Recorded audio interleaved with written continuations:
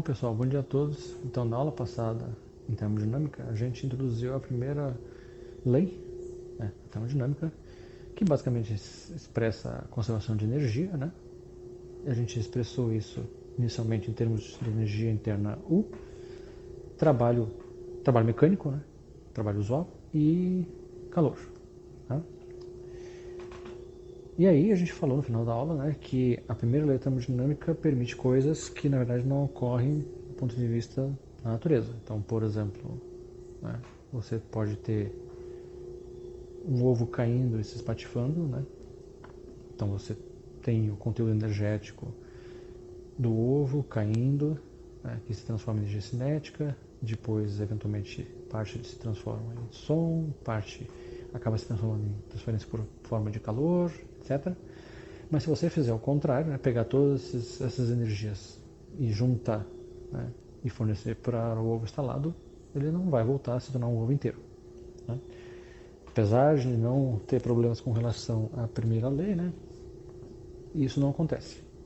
Né? Então a gente tem uma outra expressão importante, uma outra lei que estabelece coisas que têm sequências naturais, né, de ocorrência e que não tem sequências naturais de ocorrência, então. Tá? Então, para isso, né, a gente vai introduzir, né, uma outra função, além das que a gente já viu, né, que é a função, né, entropia.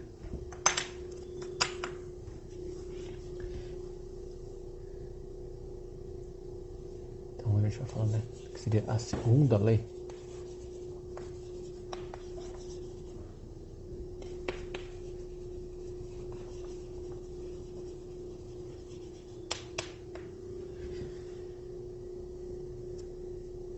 Então, temos o que seria o postulado 2.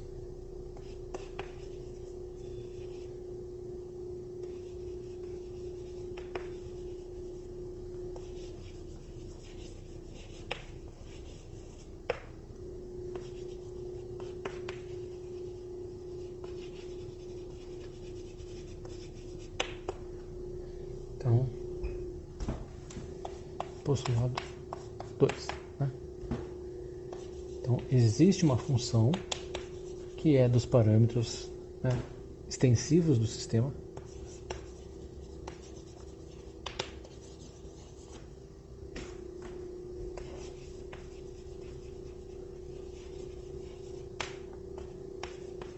parâmetros extensivos a gente já viu energia interna, número de partículas, né, volume.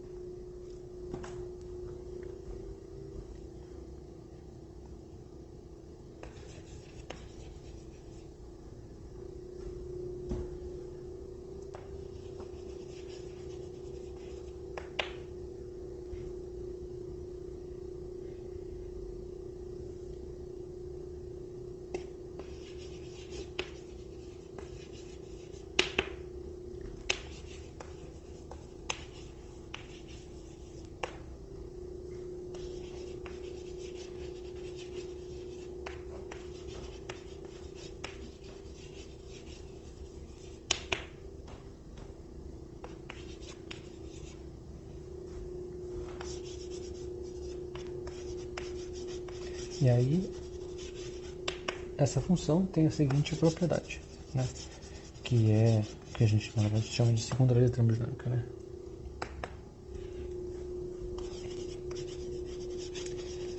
Ela é uma função dos parâmetros extensivos e na situação de equilíbrio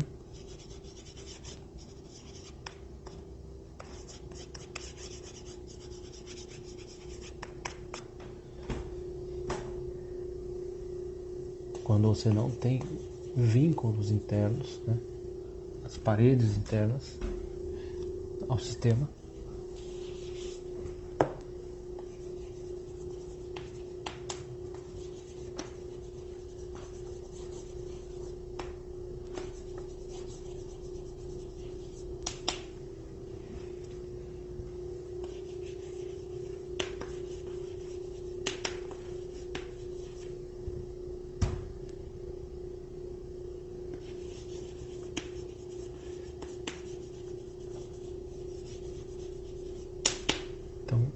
vínculos internos assumem valores tais, né, que eles maximizam essa função.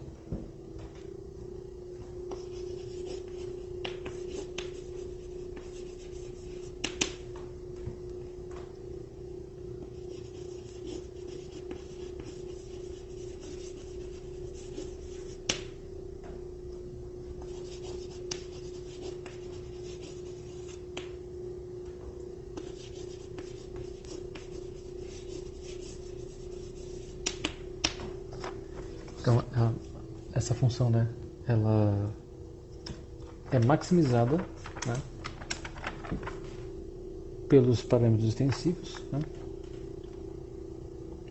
e essa função é que a gente chama de entropia.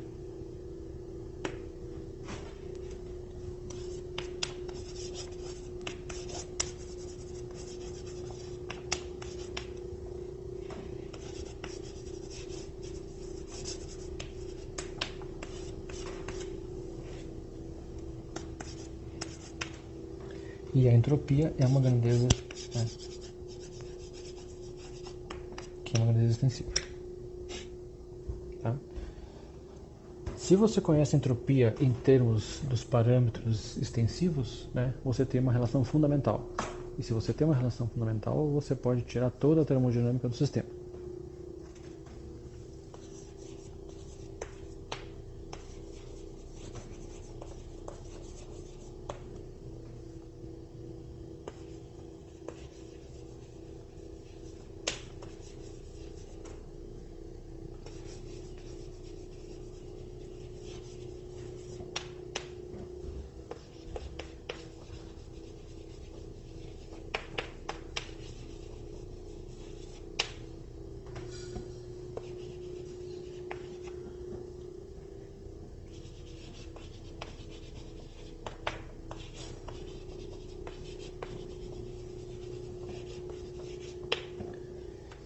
Tá?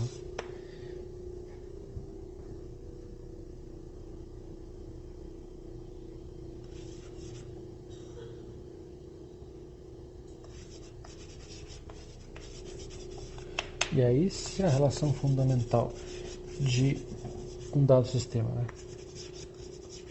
é conhecida, toda a termodinâmica desse sistema é conhecida.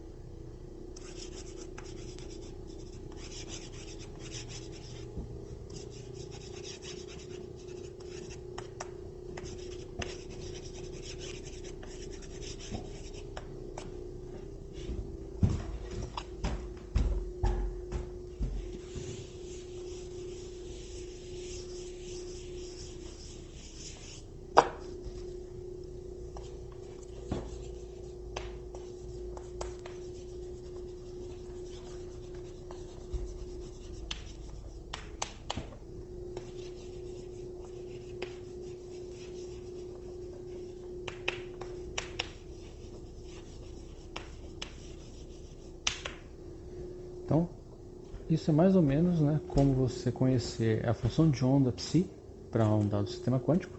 Né? Então você pode obter grandezas físicas a partir de psi e derivados de psi. É mais ou menos como você conhecer a posição R em função do tempo em mecânica clássica. Se você conhece R de t, através de derivado você conhece as grandezas importantes para o sistema também. A entropia tem propriedades. Daí a gente tem um terceiro postulado.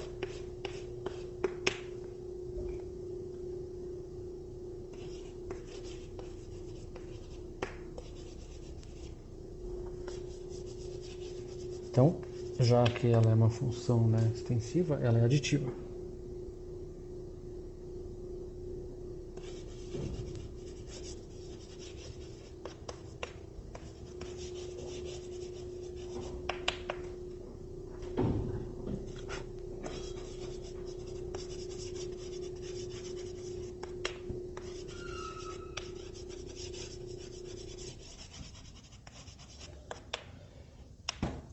Então, ela é aditiva, primeira coisa.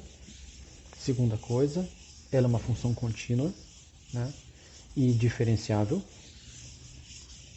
Então, isso é uma coisa importante também.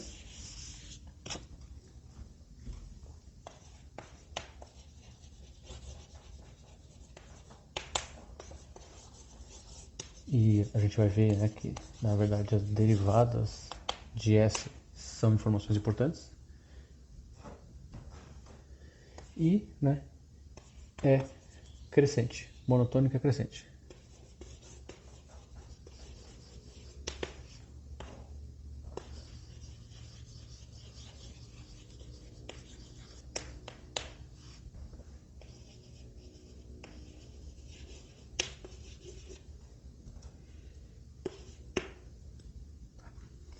Então, isso dá algumas propriedades importantes para a energia, para a entropia. Então, como consequências disso, né, do postulado 3, a gente tem o seguinte.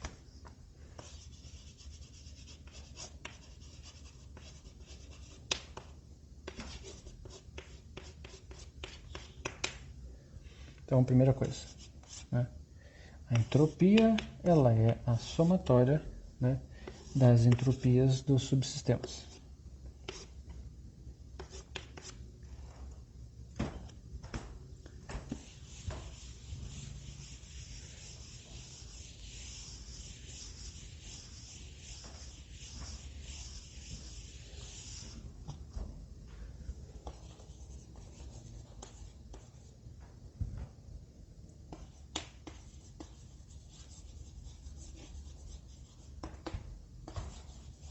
Então, S alfa é a entropia, né, do subsistema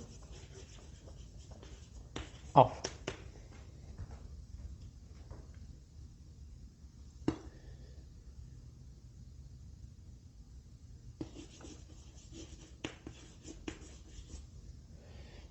E como S alfa é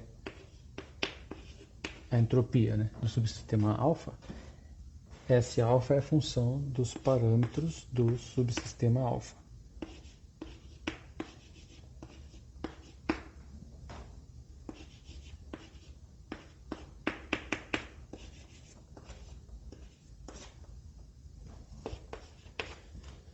Então, a entropia do subsistema alfa, ela depende dos parâmetros do subsistema alfa. Energia interna do sistema alfa, volume do alfa, número de partículas 1, 2, TR do subsistema alfa. Segunda coisa, já que ela é aditiva, ela, nesse caso, é uma função homogênea de primeira ordem.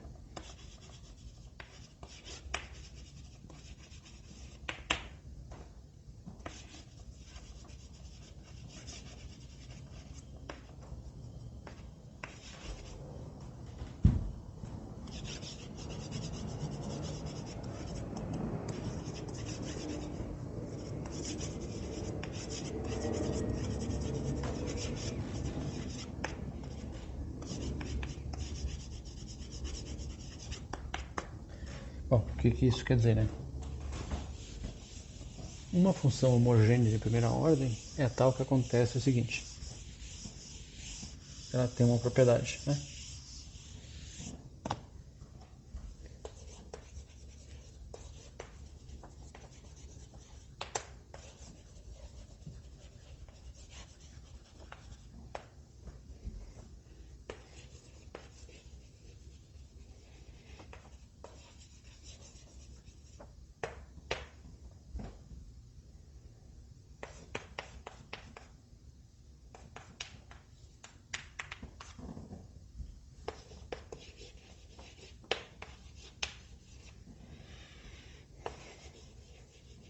Então ela tem o seguinte, uma função homogênea de primeira ordem, né, de variáveis x, y, z, etc., né, é tal que quando você pega, né, e troca x por lambda x, y por lambda y, z por lambda z, e assim vai, isso faz com que aconteça essa relação aqui. Então, se você substitui x por lambda x, um múltiplo de x, né, y pelo mesmo múltiplo, e assim vai, f de lambda x, lambda y, é igual a lambda vezes f de x, y, tarará. Isso é ser uma função homogênea de primeira ordem. Assim, já que a entropia é uma função homogênea de primeira ordem, porque ela é aditiva,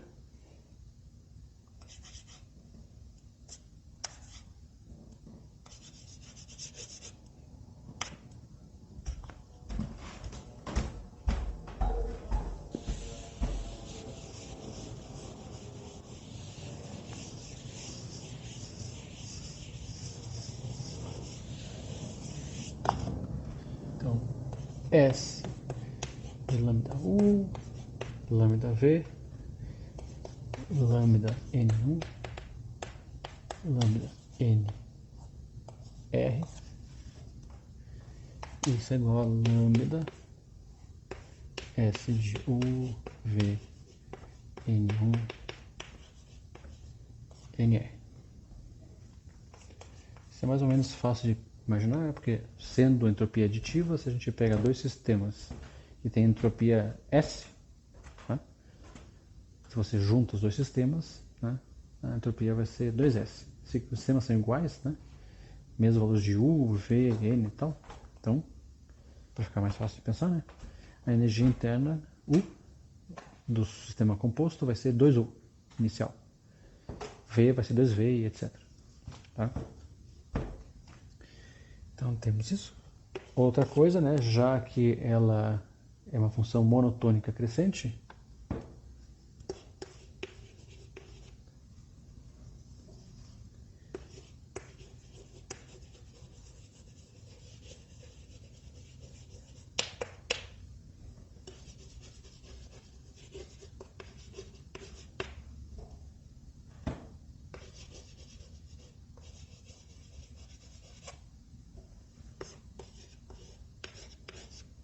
uma função monotônica crescente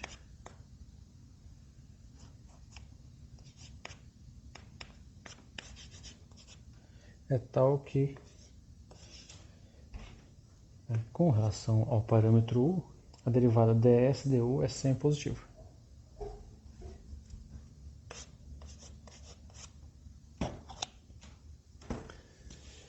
Sendo, né, monotônica crescente, tendo essa propriedade, né, isso, né, significa que a gente tem também, ela pode ser inversível. Então, a gente pode ter S de U ou U de S.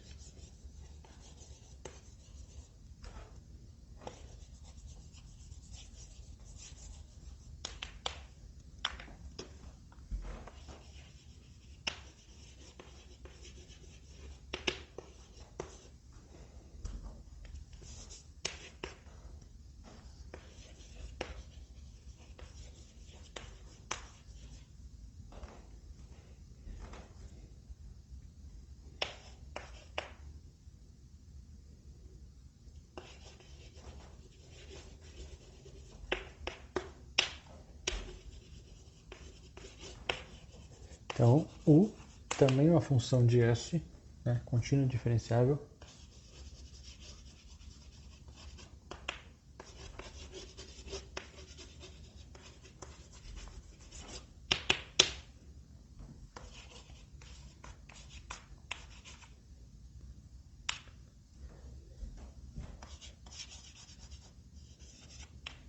Então, a gente pode ter S de U, V e N, ou U é um U de S, V e N. Qualquer uma dessas é uma relação fundamental.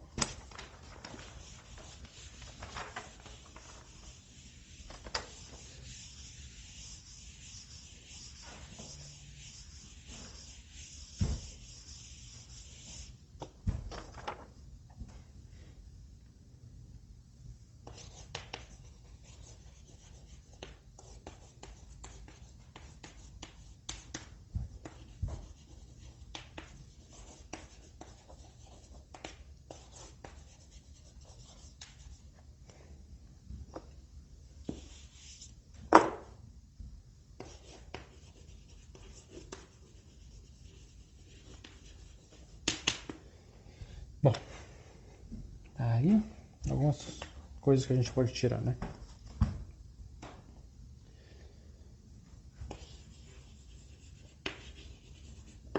Pensando naquele parâmetro lambda, né,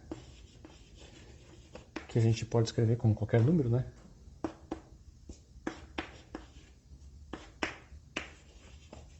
Digamos que a gente tenha, né, lambda é 1 sobre n. o N é o número total de moles, né? Então, S de U sobre N, V sobre N, N1 sobre N, NR sobre N é igual a 1 sobre N S de U, V, N1, NR.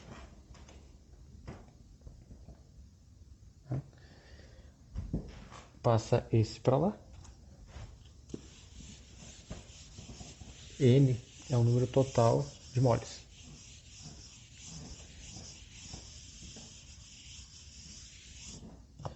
Então aqui, isso dá a fração molar, né? Isso daqui é energia por partícula, ou por mol.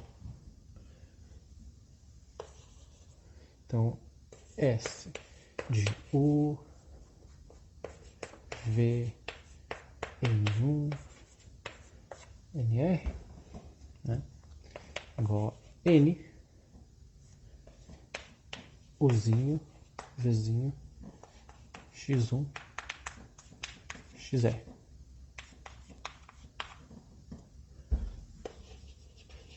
Onde Uzinho é U, né, por número de moles, né?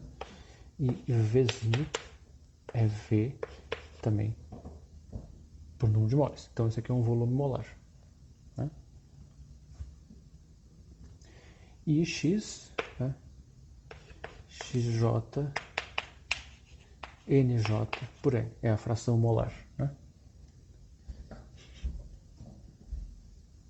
E o S é a entropia, né? Se você tem, né, apenas um único componente,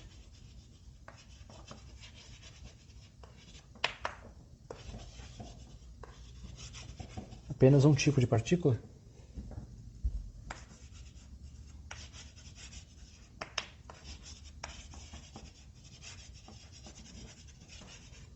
então na verdade você só tem um N, né? Que é um N1, que é o N total. N por N vai dar 1, né?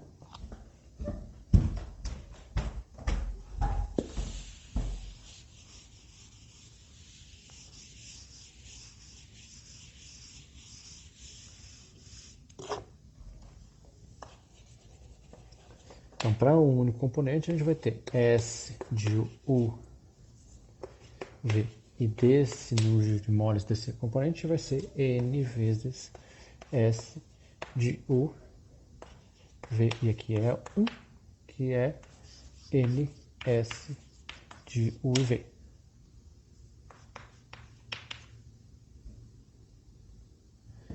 Esse, né, Szinho, né,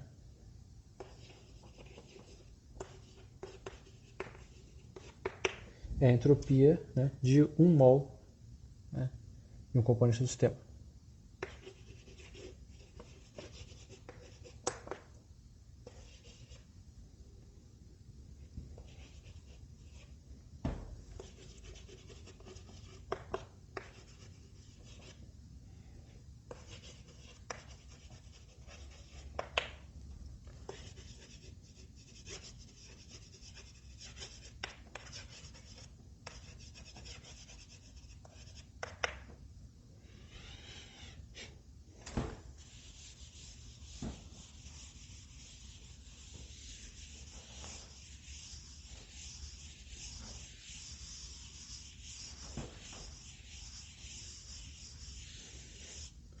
Tá?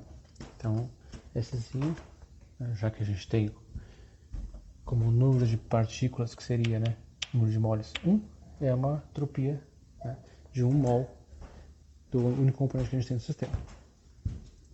Tá? Bom, então, a segunda lei de termodinâmica, né, define algo a respeito do que acontece nos sistemas de equilíbrio, né? E para a gente completar aqui a ideia, né, a gente pode falar, né, já que a gente está falando dos postulados, depois a gente vai desenvolver o formalismo, né, Mas a gente tem mais um postulado, né, que na verdade é um resultado no qual você deriva depois, né? Um postulado que para a termodinâmica no sentido clássico ele não é necessário, mas ele é um resultado que vem, né, da existência de mecânica quântica.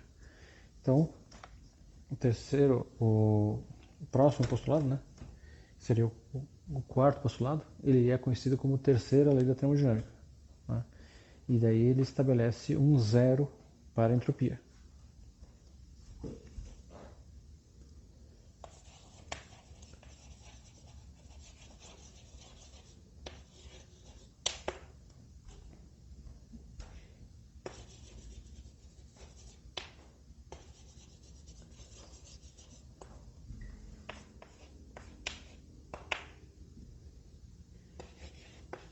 Então, ele diz o seguinte: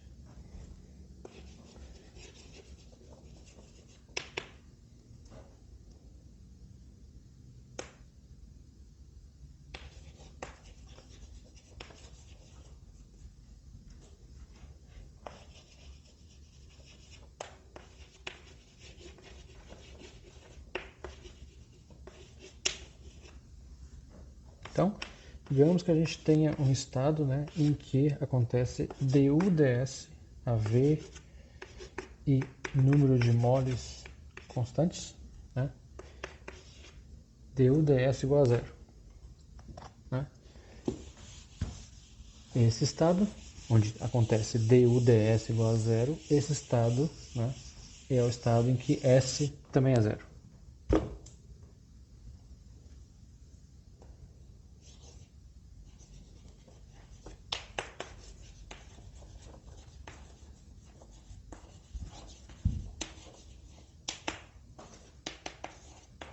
Tá? Então, o estado em que du/ds igual a zero é o estado que tem entropia zero, tem entropia nula. Tá? Então, pensando em grandezas extensivas, né, V, volume, é uma grandeza que tem um valor nulo bem definido. Número de partículas também. Né? S também. U não. Tá? U não tem um valor nulo bem definido. Depende de quanto é que você... Porque U, essencialmente, mede a diferença com relação ao nível que você botou como referência. Se você estiver abaixo desse nível, você tem uma energia interna negativa. Tá? Então, isso aqui é o que a gente chama, né, de postulado de Nernst.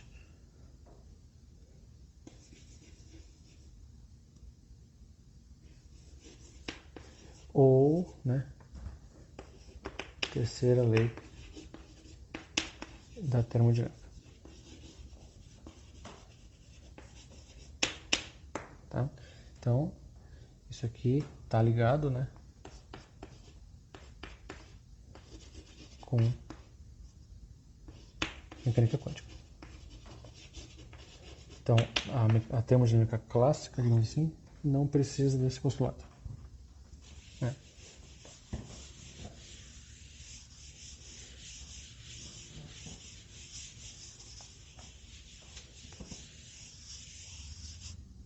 Tá?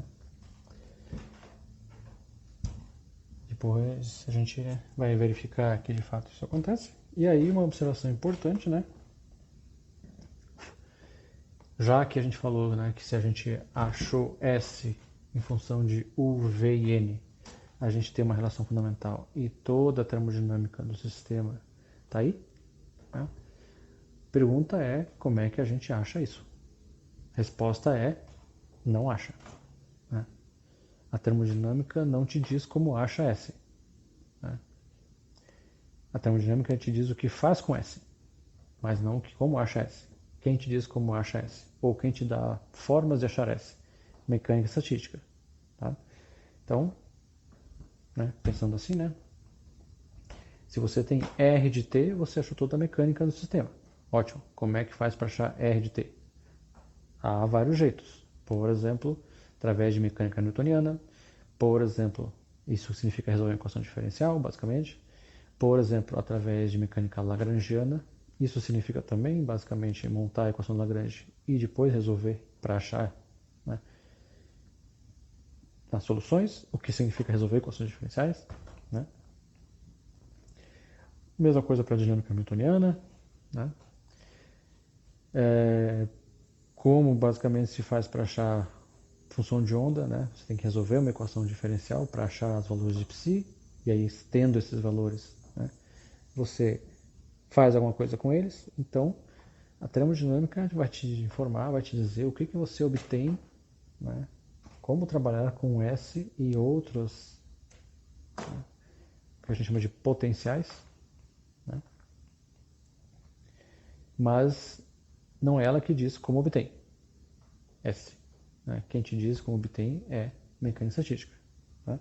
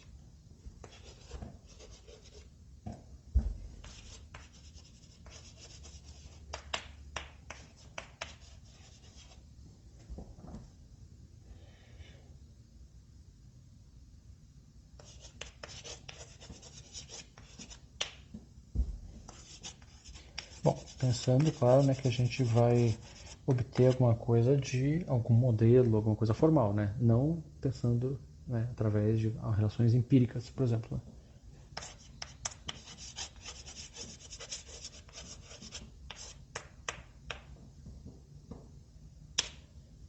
Tá? Então, a mecânica estatística, né, é que na verdade vai fornecer modelos e daí vai fornecer formas de você obter S ou algum outro potencial fazendo hipóteses para certos sistemas. Tá?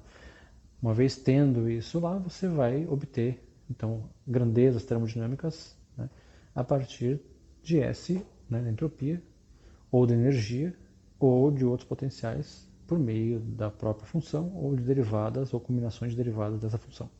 Mais ou menos como se obtém velocidade, aceleração, momento, força, momento angular, etc., através de derivadas, né, de R e combinações dessas derivadas.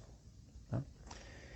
Então, pessoal, por hoje é só. A gente continua na próxima aula. Né? Na próxima aula a gente faz um exemplo de aplicação dessas ideias, né? E aí continua no desenvolvimento do formalismo. Tá? Então, pessoal, obrigado. Né? Gostou? Dá um joinha. Né? Divulga o canal e obrigado a todos. Até mais. Tchau!